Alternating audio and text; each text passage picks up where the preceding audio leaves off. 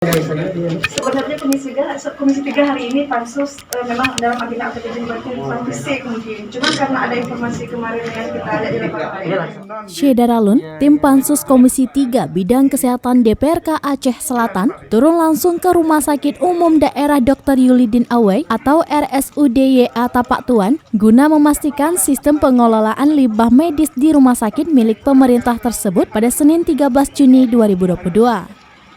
Kedatangan tim Pansus Komisi 3 tersebut untuk menindaklanjuti hasil temuan tim Pansus 4 terkait tumpukan limbah medis atau B3 di TPA Pasirasian pada Jumat 10 Juni 2022 lalu. Ketua Pansus Komisi 3 Hernanda Tahir mengatakan hasil tinjauan di RSUD-YA pihaknya melihat bahwa proses pengelolaan limbah medis sudah sesuai prosedur.